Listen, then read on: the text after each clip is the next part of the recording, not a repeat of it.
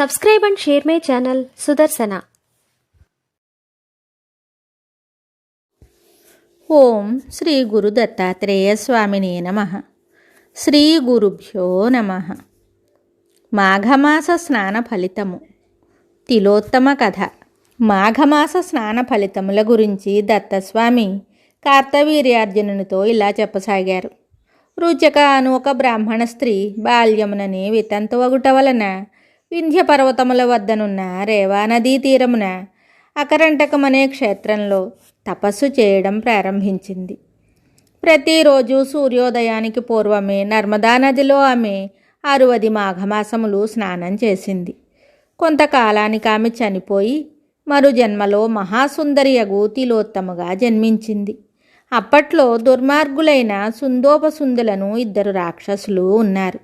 బ్రహ్మ వారిద్దరినీ చంపవలసిందిగా తిలోత్తమను ఆదేశించారు.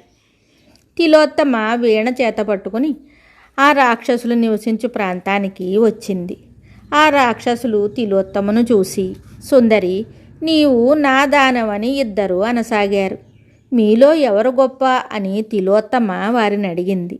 నేను గొప్ప అని 2 ఒకరితో ఒకరు పోరాడి 2 హతులయ్యారు. తిలోత్తమ బ్రహ్మ దగ్గరకు వెళ్ళి జరిగినదంతా చెప్పింది. బ్రహ్మ తిలోత్తమకు సూర్యుని రథమున ఒక స్థానం ఇచ్చారు. ఇది అంతయు రుచిక చేసిన మాఘమాస స్నాన ఫలితమేనని అర్జునునితో దత్తాత్రేయుడు చెప్పారు. మరియు ఇంకా ఇలా చెప్పసాగారు. హేమకుండలుడు కథ. నిషిధ నగరమున కృతయుగములో హేమకుండలుడను వైశ్యుడు వ్యాపారం చేస్తూ అతి ధనవంతుడయ్యాడు. అతని సంపాదనలో 6వ భాగము ధర్మం చేస్తూ దేవాలయాలు నిర్మించుట, చెరువులు బావులు త్రవ్వించుట, అన్నసత్రములు ఏర్పాటు చేయుట చేసి అన్ని ధర్మములు చేయసాగాడు. అతనికి శ్రీకుండలుడు వికుండలుడు అను 2 కొడుకులు. హేమకుండలుడు చనిపోగా కుమారులిద్దరూ దుర్వ్యసనముల పాలై తండ్రి ఆర్జించిన ధనమునంతా పోగొట్టుకుని దరిద్రులై దొంగలుగా మారారు. అడవులందు తిరుగుచూ క్రూర మృగములకు బలి అయి అన్నదమ్ములిద్దరూ ఒకేసారి దుర్మరణం పాలయ్యారు. యమదూతలు వీరిద్దరినీ యమధర్మరాజు వద్దకు తీసుకుపోగా శ్రీకుండలుని నరకమునకు, వికుండలుని స్వర్గమునకు పంపారు. మా అన్నతమ్ములము ఒకే రకమైన పనులు చేశాము. 2 ఒక్కసారే మరణించాము. మరి నన్ను స్వర్గమునకు, మా అన్నను నరకమునకు తీసుకొని పోతున్నారెందువలన అని తమ్ముడు దేవదూతలను అడిగాడు. అన్న, తమ్ముడు, తండ్రి, కొడుకు అనే భేదము మాకు లేదు, ఎవరి కర్మ వారిదే అని దేవదూతలు వికుండలునికి చెప్పగా, మరి ఎప్పుడైనా నేను పుణ్యం చేసి ఉన్నానా అని వికుండలుడు వారిని ప్రశ్నించాడు. అడవిలో ఒక మాఘమాసమున 2 రోజులు నీవు స్నానం చేసి ఉన్నావు అని చెప్తూ వికుండలుడు ప్రశ్నించిన వాటికి ధర్మములనెన్నింటినో దేవదూతలు అతనికి చెప్పారు. పరులను పీడించువారు నరకానికి పోతారు. స్వధర్మం ఆచరించువానికి స్వర్గం లభిస్తుంది. అహింస పరమధర్మము. దానములు చేయువారు, అనాథలను రక్షించువారు స్వర్గమునకు వెళ్ళుదురని చెప్పారు. వికుండలుడు గత జన్మలో మత్స్యదేశమున ఒక బ్రాహ్మణుడు.